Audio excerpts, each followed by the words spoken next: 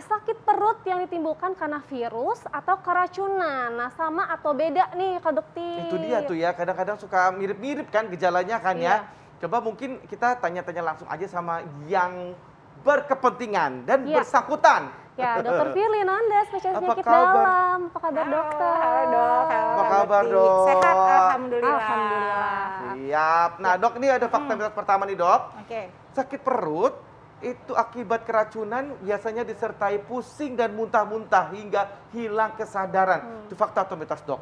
Itu bisa dibilang fakta. Bisa dibilang fakta? Oh, gimana tuh dok? Kenapa fakta? Gini nih, jadi kalau misalnya sakit perutnya karena keracunan, keracunan itu kan bisa macam-macam penyebabnya.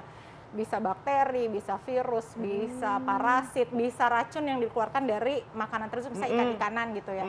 Nah itu bisa sampai penurunan kesadaran, mual, muntah. Kalau mual muntah biasa ya itu muncul memang kalau pada keracunan. Tapi kalau sampai kehilangan kesadaran bisa karena apa? Biasanya karena diare yang berkepanjangan, dehidrasi, atau karena racunnya sendiri yang dikeluarkan dari makanan itu. Oke dok, ini ada perbedaannya dok di layar ini ya dok ya tadi. Nah ini dia. Gejala sakit perut karena virus dan gejala sakit perut karena keracunan. Ya. Nah, ini gimana tuh dok? Sama, hampir sama ya dok ya, ada diare, kram perut. Benar. Sebenarnya sih ini hampir sama, cuman kayak agak berbeda susunannya Berbeda, aja serupa ya. tapi tak sama Serupa gitu ya. tapi tak sama. Iya. Ya mungkin kalau perbedaannya yaitu sebenarnya kalau karena keracunan gejalanya bisa lebih berat karena penyebabnya bisa macam-macam. Betul. Kalau karena virus kan hanya karena virus. Iya. Dan kita betul. tahu bahwa virus itu adalah self-limiting disease, bisa sembuh sendiri. Iya. Tapi kalau keracunan misalkan bakteri, berarti butuh antibiotik. Kalau toksin kita butuh antitoksinnya gitu. Jadi perbedaannya seperti itu. Biasanya keracunan lebih berat gejala dan lebih segera terjadi Biasanya setelah kalau makan. keracunan tuh bener nggak sih dok kalau harus minum susu jadi biar Oh enggak, itu mitos. Oh itu mitos. Termasuk air kelapa juga dok? Air kelapa itu juga mitos. Oh, Gitu. Jadi air kelapa, susu itu sifatnya tidak menetralisir racunnya, tapi Oh, bermanfaat. Norit dok, norit. Norit bisa, norit Oh, bisa, oke. norit bisa. Karena dia kan karbon aktif ya, dia bisa tuh buat keracunan, dia bisa menyerap racunan. Tapi kalau susu, kemudian air kelapa itu mitos, dia tidak bisa menetralisir racun. Tapi manfaatnya kalau air kelapa untuk keracunan, karena kan biasanya diare tuh, Dehidrasi. dehidrasi, kehilangan elektrolit, sehingga dia bisa menjadi pengganti elektrolit. Baik. Menggantikan ya dok. Menggantikan Selanjutnya nih dokter, ada fakta mitos yang beredar dok di masyarakat nih dok. Sakit perut akibat virus ini umumnya disertai BAB dan demam dokter. Ini fakta atau mitos dok? Ya betul, itu adalah fakta. Fakta. Jadi ini karena virus ya dok ya. Karena virus. Jadi itu bisa Maksudnya BAB itu mungkin BAB diare BAB kali ya, diare, BAB betul, sering ya, sering. betul. Jadi BAB terus-terusan, betul. Karena bisa tuh virus, ada rotavirus, norovirus, adenovirus. Itu bisa menyebabkan sampai diare udah gitu sampai juga dengan demam gitu. sampai demam bahkan. Bisa demam. Kalau gitu, keracunan karena makanan dokter? Bisa demam nggak dok? keracunan makanan kalau demam tidak terlalu, tapi tergantung juga nih Ya. kalau penyebabnya bakteri. Iya, lagi-lagi sebenarnya tergantung karena keracunan makanan kan penyebabnya bisa macam-macam. ya. Virus pun bisa Ada virusnya juga, ada virusnya bakterinya juga, juga, ada di bakterinya makanan itu juga, ya ada dok. parasit. Jadi bisa juga demam gitu. Jadi harus tahu Tergantung dulu sih penyebabnya. penyebabnya ini apa gitu. Karena Iya, mirip-mirip ya dok ya gejalanya. mirip-mirip. gitu. Biasanya dilihat apa sih makanannya nih gitu. Jadi kira-kira bisa kita tahu nih apa sih yang bisa menyebabkan kondisinya. Kalau dia bakteri dia pasti demam. Oke baik, ini fakta mitos berikutnya nih dok. Ya. Sakit perut akibat keracunan makanan, seseorang akan alami kolik. Sehingga sakit perut yang kemudian kalau virus tidak kerasin apa-apa. Oh, Itu gitu. beda gitu dok. Itu Fakta atau mitos dok? ya kalau menurut saya itu bisa dibilang mitos ya. Oh, mitos. Karena sebenarnya gejalanya hampir sama tuh. Perbedaannya mungkin kalau pada keracunan makanan itu sakitnya lebih hebat. Iya. Dan dia benar-benar terjadi setelah makan, bisa dalam berapa jam langsung terjadi. Tapi kalau karena virus tidak seperti itu. Nah, jadi perbedaannya ya karena nyeri perut yang hebat, tapi kalau kolik sepertinya bisa dua-duanya muncul gitu. Karena berusaha mengeluarkan si racun tadi kan, tubuh kita berusaha mengeluarkan si racun Baik, tersebut. dokter nih sebelum ini pemirsa pasti penasaran kolik itu apa sih dok? Biasanya kan anak bayi ya Kak Iya, Dok ya yang betul. kolik. Nah kolik itu apa? Orang dewasa tuh gimana? Kolik itu sebenarnya adalah gejala yang muncul seiring bergeraknya dengan pergerakan usus. gitu. Jadi kan kenapa kolik itu nyerinya tuh hilang, timbul, itu yang disebut dengan kolik. Jadi kayak diperes karena dia sesuai tuh dengan pergerakan si usus tadi. Biasanya akan lebih berat karena ada radang di situ. Sehingga dia akan berusaha mengeluarkan, akan menekan sehingga seperti itu disebutnya kolik gitu. Jadi hilang timbul seiring dengan pergerakan. Rasanya mules-mules gitu kali ya, Dok? Betul. Ya, betul. Dan Bisa bisa dibilang mungkin tiba-tiba ya, Dok rasanya ya. munculnya Tiba-tiba dan tiba-tiba, rasanya betul. nyerinya tuh lebih intens gitu Betul. dibandingkan Kalau mules. Kalau Jadi, bayi nyeri gimana mules kalau ngomong biasa. kolik aku sakit perut? Nah itu makanya kenapa kalau pada bayi bisa nangis berjam-jam tuh. Nah kita harus waspada, jangan-jangan itu adalah kolik. Karena kan bayi nggak bisa ngomong. Betul. Nah itu taunya dari mana gejala kolik itu sendiri, Dok? Ya biasanya dilakukan pemeriksaan fisik ya Oh. gitu, seperti bising usus yang meningkat gitu. Terus apakah ada kelainan gejala lain, yaitu misalkan adakah diare atau buang air besarnya yang terganggu nih gitu. Jadi secara kasat mata gitu kelihatan kayak kenapa gitu nggak bisa ya, Dok Enggak, ya? harus pemeriksaan dokter. Kadang-kadang nih ya Kak Bekti, kalau misalkan orang yang masih percaya mitos-mitos nih, kalau bayi kolik dok, biasanya kan dia nangis dia sore tuh ya. Iya. Katanya ini diajak ngobrol sama itu, gitu kan, itu mitosnya, Iya gitu betul dokter. betul. Jadi Padahal itu gitu. paling sering biasanya karena kolik. Dok, Karena kolik ini ya. kalau perkembangan dari gejalanya itu sendiri dari kolik atau dari virus atau dari keracunan, Iya. itu ada perbedaan nggak sih, Dok, sebenarnya dari perkembangan gejalanya itu Ada. sendiri? Jadi kalau misalkan balik lagi tadi kalau keracunan karena penyebabnya bisa macam-macam, bisa dari yang ringan sampai yang berat sekali karena ada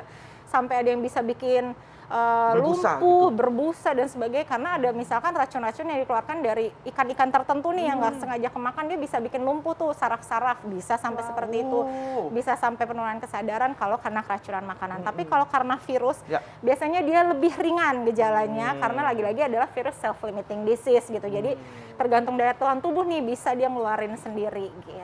Baik dokter, ini masyarakat perlu tahu dokter, kapan waktunya kita ke rumah sakit ketika sakit perut dok? Oke, ketika sakit perut kalau kita kapan ke rumah sakit ya pertama bila kita sudah tidak bisa menangani sendiri ya di rumah tentunya. Nah, kedua bila ada gejala lain nih, misalkan yang memberat kayak diarenya terus menerus sudah 3 hari nggak sembuh-sembuh atau diare disertai darah. Nah, itu juga harus waspada.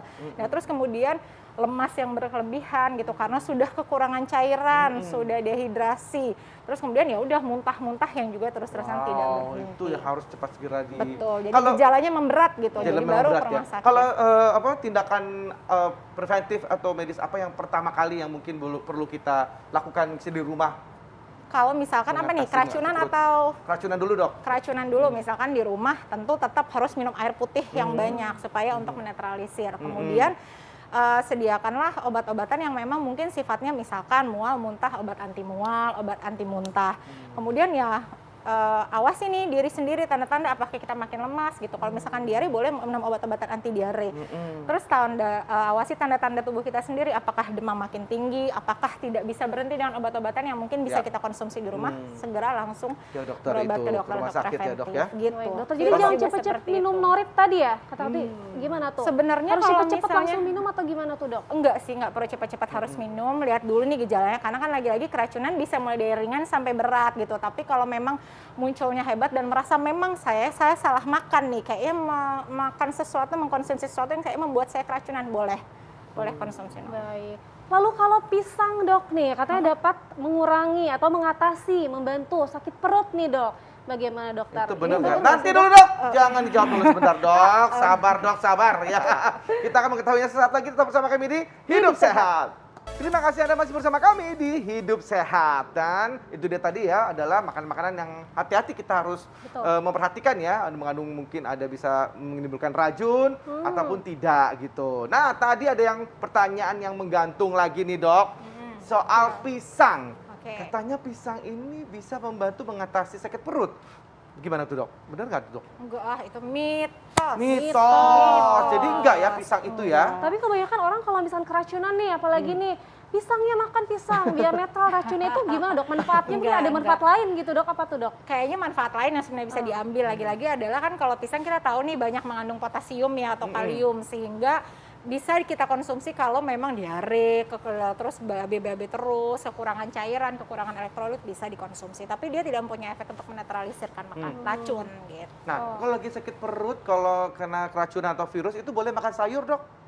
Boleh, Oh, tidak boleh? masalah. Ada Tapi sirup apa yang pantangan gitu? enggak, jadi kembali adalah kan kalau keracunan tuh biasanya satu, penyiapannya makanannya tidak baik, masaknya tidak bagus, penyimpanannya juga tidak baik, sehingga bukan berarti harus nggak boleh makan ini, nggak boleh makan itu. Yakinkan bahwa yang kita makan itu sudah diolah dengan baik, tingkat kematangannya cukup, tingkat penyimpanan, tingkat penyiapannya semua baik, sehingga mengurangi resiko keracunan buat kita. Oh begitu. Ini juga ya dok, makanan kaleng ya dok, biasanya yang sering bikin kalau orang makanan keracunan. kaleng Betul. karena makanan kaleng kan punya waktu valid Ya, ya, kan maksudnya kadaluarsanya, kadaluarsanya, sehingga ya memang hati-hati kalau pada makanan olahan. Lalu dok, selanjutnya kalau misalkan keracunan atau misalkan kena virus, lalu kita misalkan BAB-nya lebih sering nih diare, itu boleh nggak makan sayur dok? Boleh. Boleh aja. Boleh. Katanya kalau makan Jadi, sayur nih, Iya. bisa Jadi lebih- gini, memang kalau sayur kan serat ya, sehingga memang biasanya serat memperlancar. Tapi bukan berarti sayur ini kan juga mengandung protein gitu. Jadi kita juga butuh protein gitu loh untuk kita makan gitu. Mungkin tapi tidak dalam jumlah yang besar gitu, tapi jumlah yang cukup saja. Jadi Baik, tetap Dok. boleh ya kak. Tetap Betul. boleh. Dok, kalau gitu tipsnya dok untuk pemirsa ini, untuk masyarakat, untuk membedakan sakit perut karena virus atau karena keracunan. Monggo dok. Kalau karena keracunan, pertama memang kita biasanya tahu nih sumbernya dari mana gitu. Apakah kita memang tidak bersih, melakukan penyiapan makan atau cuci tangan dan sebagainya. Biasanya gejalanya lebih berat. Hati-hati kalau keracunan bisa dalam beberapa jam setelah mengkonsumsi sesuatu, kita langsung mengalami gejala yang bisa mulai dari ringan sampai berat seperti tadi nyeri perut, diare, mual, muntah, sampai bisa kehilangan kesadaran karena dehidrasi yang berlebihan gitu, juga bisa sampai mengalami yang lain. Tapi kalau virus biasanya dia gejalanya sedikit lebih ringan, terjadinya tidak langsung dalam waktu dekat gitu. Kemudian dia adalah self limiting disease, bisa sembuh sendiri. Jadi biasanya gejalanya tidak seberat dari keracunan. Dan jangan lupa keracunan itu penyebabnya banyak gitu. Virus pun bisa menjadi salah satu penyebab dari keracunan. Nah, yang bisa memperberat adalah karena penyebab-penyebab yang lain, bakteri, parasit, dan toksin-toksin yang dihasilkan oleh makanan tertentu.